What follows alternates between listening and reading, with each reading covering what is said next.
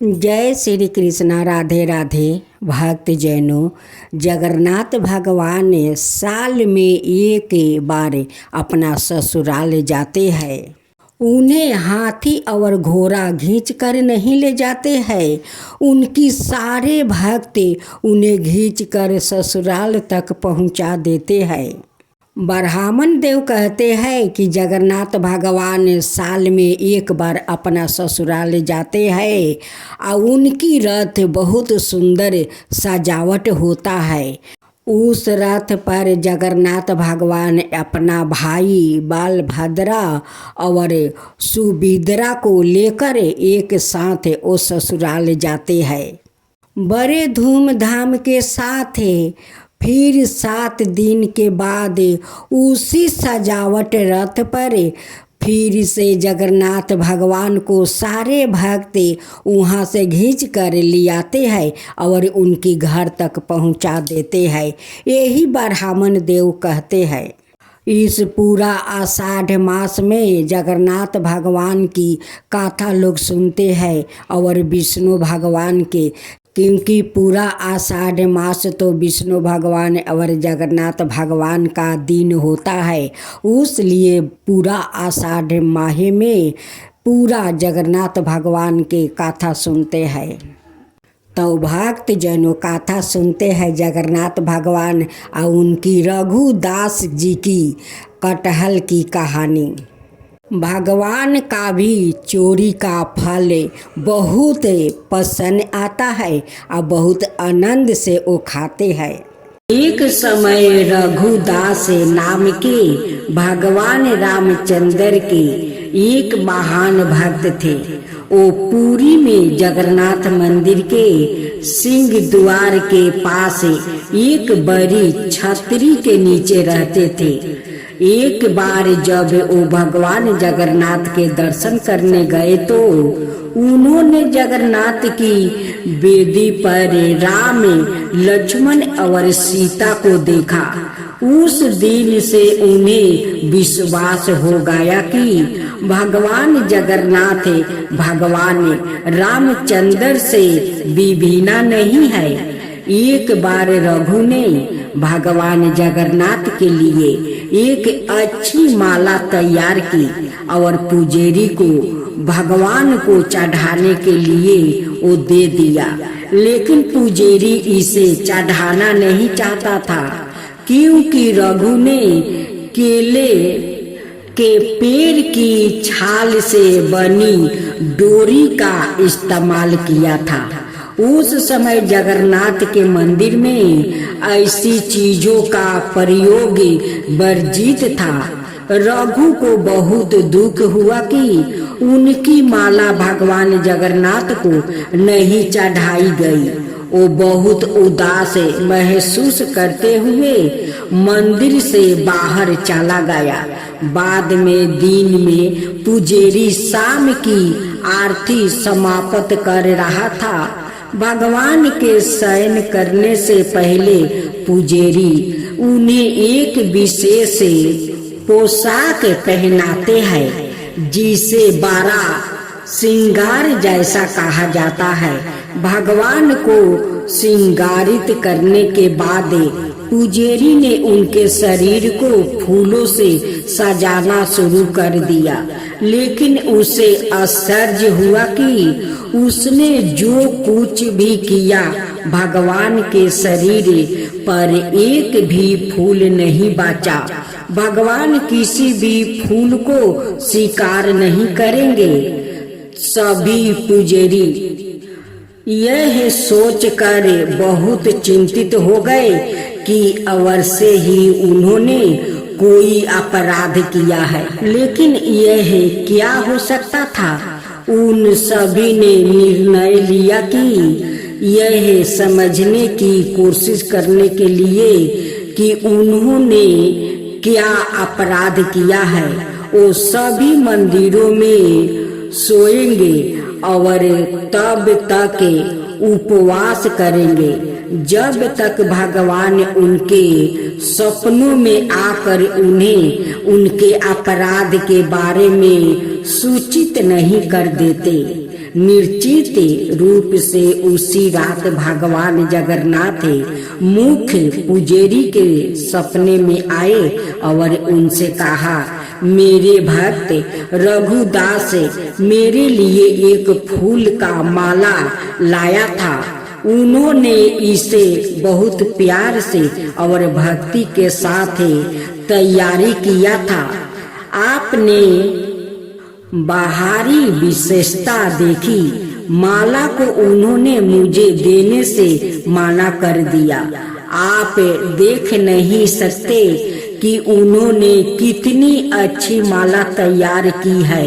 उन्होंने इसे प्रेम और भक्ति से पिरोया। अब मेरा भक्त मेरी सेवा से वंचित होकर अपने घर में वो माला राख कर पारा हुआ है। उसके सामने माला पहनाओ। उसने कुछ भी नहीं खाया है और लगातार रो रहा है। वो अभी तक सोया नहीं है। तब तक मेरे भक्त की इच्छा पूरी नहीं हो जाती। मैं आपसे कोई माला कैसे स्वीकार कर सकता हूँ और शांति से सो सकता हूँ। तुरंत प्रधान पुजारी जाग गया और उसने अन्य पुजारियों को सारी बात बताया। तब वो सभी रघुदास के पास गया और अपना अपराध समझाया और उनसे अपनी माला भगवान जगन्नाथ को देने के लिए कहा। यह सुनकर रघुदास बहुत प्रसन्न हुआ कि भगवान इतने दयालु है कि वो सवाए उनकी माला स्वीकार करने की प्रतीक्षा कर रहे हैं। रघुदास परमानंद में थे। एक बार रघुदास बहुत गंभीर रोग से पीड़ित हो गया। उनकी तबीयत इतनी खराब हो गई कि वो बिस्तर से उठ भी नहीं पा रहे थे।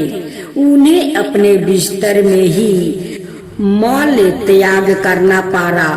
बदबू बहुत बुरी थी। रघुदास बहुत बीमार होने के कारण खुद की मदद करने में असमर्थ होकर बेहोश हो गया। एक छोटा लड़का रघुदास की सेवा के लिए आ रहा था। उन्होंने अपने शरीर को साफ किया और चंदन लगाया और गंध को दूर करने और कमरे को शुद्ध करने के लिए अच्छी सुगंधित चीजों पेश किया। जब रघु को होश आया तो उन्होंने पाया कि वो लड़का सवाए भगवान जगन्नाथ थे। रघु ने भगवान जगन्नाथ से कहा, मेरे प्रिय भगवान, आप यहाँ क्या कर रहे हैं? मेरी यह नियम सेवा करके आप मुझे अपराधी बना रहे हैं। मैं आपसे सेवा प्राप्ति करके और अधिक पापी बन रहा हूँ। हे भगवान, आप बहुत दयालु हैं। आप ब्रह्मांड के स्वामी हैं। आप सब कुछ करने में सक्षम है। यदि आप चाहे तो आप मेरी बीमारी को आसानी से ठीक कर सकते हैं। मुझे ठीक करने के बजाय आप मेरी यह नियम सेवा क्यों कर रहे हैं? भगवान ने उत्तर दिया, हाँ, मैं तुम्हें आसानी से ठीक कर सकता हूँ, लेकिन मैं चाहता हूँ कि तुम अपने सभी प्रारब्धों कामों से मुक्त हो जाओ, ताकि तुम इस जीवन के अंत में मेरे निवास पर आपस आ जाओ। तुम्हें यह भी जानना चाहिए कि जैसा कि मेरे भक्तों को मिलता है, मेरी सेवा करने से सुख मिलता है, मुझे भी अपने भक्तों की सेवा करने से सुख मिलता है। मैं सदाए आपकी सेवा करना चाहता हूँ। मुझ में और मेरे भक्त में कोई अंतर नहीं है। इस प्रकार भगवान और रघु के बीच बहुत निष्ठा संबंध थे। रघु बहुत सरल थे और उनका स्वभाव एक छोटे लड़के जैसा था। भगवान जगन्नाथ के साथ उनके संबंध बहुत मित्रतापूर्ण थे। कभी कभी भगवान एक लड़के के रूप में उनके पास आते थे और वो दोनों एक साथ खेलते थे। यह समनायत लोगों को गाता था कि भगवान रघु के साथ खेलने के लिए उनके पास आए थे। सभी लोग रघु का आदर करते थे। वो बहुत प्रसिद्ध थे और लोगों के बीच भगवान जगन्नाथ के मित्र के रूप में वो जाने जाते थे। एक बार जगन्नाथ रघु के पास आया और उससे कहा कि वो राजा के बगीचे से कटहल चुराने के लिए उसके साथ चले।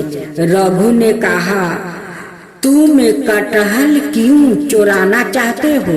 यदि तुम्हें कटहल खाने की इच्छा है तो मुझे बताओ और मैं तुम्हारे लिए एक अच्छा कटहल लाऊंगा। भगवान जगन्नाथ ने उत्तर दिया, इस प्रकार मुझे अपने भक्त से सब कुछ मिल रहा है। वास्तव में मेरे पास सब कुछ है। माता दशोदा मुझे इतना मक्खन खिलाती थी और मुझे आनंद देती थी, लेकिन फिर भी मैं इस उद्देश्य के लिए दूसरों के घर जाता हूँ। माखन चुराने का चुराई हुई चीजों खाने में एक विशेष आनंद होता है। आज मैं चाहता हूँ कि आप चोरी का वो आनंद महसूस करें। कृपाए मेल के साथ आए। असहाय होकर रघु भगवान के प्रस्ताव पर सहमत हो गया और उनके साथ चल गया। वो दोनों राजा के बगीचे में दाखिल हुए। जगन्नाथ ने रघु से कहा, तुम पेड़ पर चढ़ जाओ, मैं जमीन पर खड़ा रहूंगा। तुम सबसे अच्छा और सबसे बड़ा कटहल तोड़कर नीचे फेंक देगा। मैं यही खड़ा होकर उसे पकड़ लूंगा, फिर हम दोनों भाग जाएंगे। रघु ने भगवान के आदेश का ठीक वैसा ही पालन किया जैसा उन्होंने निर्देश दिया था। वो कटहल के पेड़ पर चढ़ गया और सबसे अच्छे और बड़े कटहल को ढूंढ निकाला और उसे तोड़ लिया। जगन्नाथ उसने पुकारा, क्या आप तैयार है? जगन्नाथ ने उत्तर दिया, हाँ मैं तैयार हूँ, फेंक दो। रघु ने कटहल नीचे फेंक दिया, यह उम्मीद करते हुए कि जगन्नाथ उसे पकड़ लेगा। लेकिन जगन्नाथ कहाँ थे? वो भाग गया था। कटहल को पकड़ने वाला कोई नहीं था। वो बड़ी आवाज करते हुए जमीन पर गिरा और फट गया। जब राजा के माली ने आवाज सुनी तो वो समझ गया कि कोई कटहल चुराने के लिए बगीचे में घुसा है। वो तुरंत मौके पर भागा और देखा कि 12 कटहल जमीन पर खुला पड़ा था। फिर भी उसने आसपास किसी को नहीं देखा। जब उसने ऊपर देखा तो उसे रघुदास पेड़ पर वो बैठे दिखाई दिया। माली तुरंत राजा के पास गया और उसे बताया कि रघुदास उसके बगीचे से कटहल चुरा रहा था। वो अभी भी वही पेड़ की चोटी पर बैठा है। उसने उत्साह पूर्वक राजा से कहा। राजा को विश्वास नहीं हो रहा था कि रघु कटहल चुराने के लिए उसके बगीचे में घुसा था। इसलिए राजा ने अपने मंत्रियों को इकट्ठा किया और उस स्थान पर गया जहाँ माली ने संकेत दिया था। और रघुदास को पेड़ पर बैठे और कटहल को जमीन पर पारा देखकर आश्चर्यचकित रह गया। राजा के अनुरोध पर रघु पेड़ से नीचे उतर आया। राजा ने रघु से पूछा, मेरे प्रिय प्रभु, यदि तुम कटहल खाना चाहते थे तो आधी रात को मेरे बगीचे में आकर पेड़ पर चढ़ने की परेशानी क्यों उठा रहे हो? तुम मुझे बता सकते थे मैं कटहल चोरी करने का क्या आवश्यकता था? कटहल उठाया और तुम्हारे घर भेज दिया। रघु ने राजा को पूरी कहानी बताई कि कैसे भगवान जगन्नाथ ने उसे धोखा दिया था। भगवान की लीला सुनकर सभी को आनंद आया और सभी हंस पड़े। उन्होंने रघु की महानता की प्रशंसा की। इस प्रकार मित्रता की मुद्रा में रघु भगवान जगन्नाथ के साथ लीलाएं करते थे। एक भक्त ने भगवान जगन्नाथ के साथ रघुदास की एक लीला का प्रत्यक्ष दासी वर्ण किया। एक बार रथ यात्रा के दौरान भगवान ने रथ पर अपना स्थान ग्रहण किया था। राजा द्वारा सड़क साफ करने के बाद रथ चलने के लिए सब कुछ तैयार था। हजारों लोगों ने रस्सियों खींची लेकिन रथ आगे नहीं बढ़ा। स्थिति को देखते हुए सेवकों ने रथ को खींचने के लिए एक शक्तिशाली हाथी की व्यवस्था की, फिर भी रथ नहीं हिलेगा। सेवक ने रघुदास से कहा, रघुदास जी, यह कैसे भगवान है? मैंने हाथियों को लगा रखा है, फिर भी यह रथ नहीं चलेगा। यह सुनकर रघु रथ पर चढ़ गया और भगवान जगन्नाथ के निकट गया। उसने प्रभु के कान में कहा। तुरंत रथ चलने लगा। यह देखकर सेवक आश्चर्यचकित रह गया। उन्होंने रघुदास से कहा, आप पूर्ण है और आपके भगवान भी पूर्ण है। रघुदास जहाँ भी रहते थे प्रसाद से भरा बर्तन किसी के भी लेने के लिए बाहर छोड़ देते थे।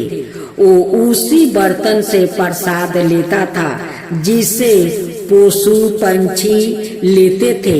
यह उनका अद्भुत स्वभाव था। वो भगवान जगन्नाथ को बहुत प्रिय था। जय राम सिंघारी वर्तमान समय में उपासकों के समाज में सबसे विद्वान व्यक्तित्वों में से एक माने जाते थे।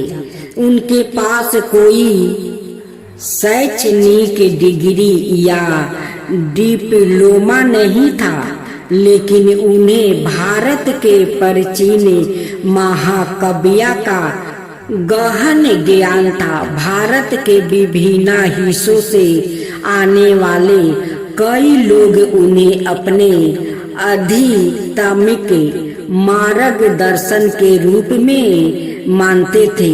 उन्होंने केवल महाप्रसाद खाए जो भगवान जगन्नाथ को चढ़ाए जाने वाला चावल का भोजन है।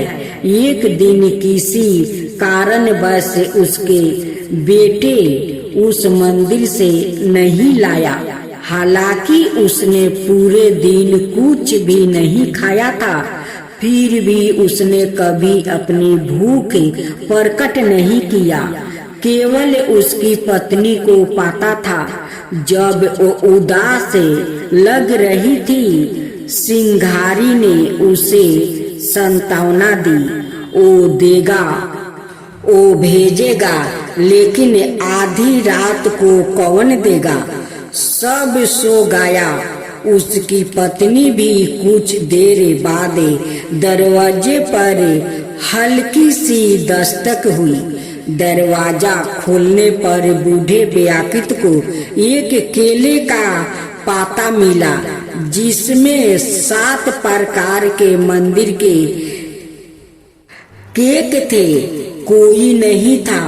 अकेली सुबह जब उसने यह घटना बताई तो किसी ने उस पर विश्वास नहीं किया। पूरे दिन भगवान जगन्नाथ का यह चमत्कार लोगों के मन में छाया रहा। अगली रात सिंघारी को सपने में आवाज आई, क्या तुमने वो सब कुछ खा लिया जो दिया गया था।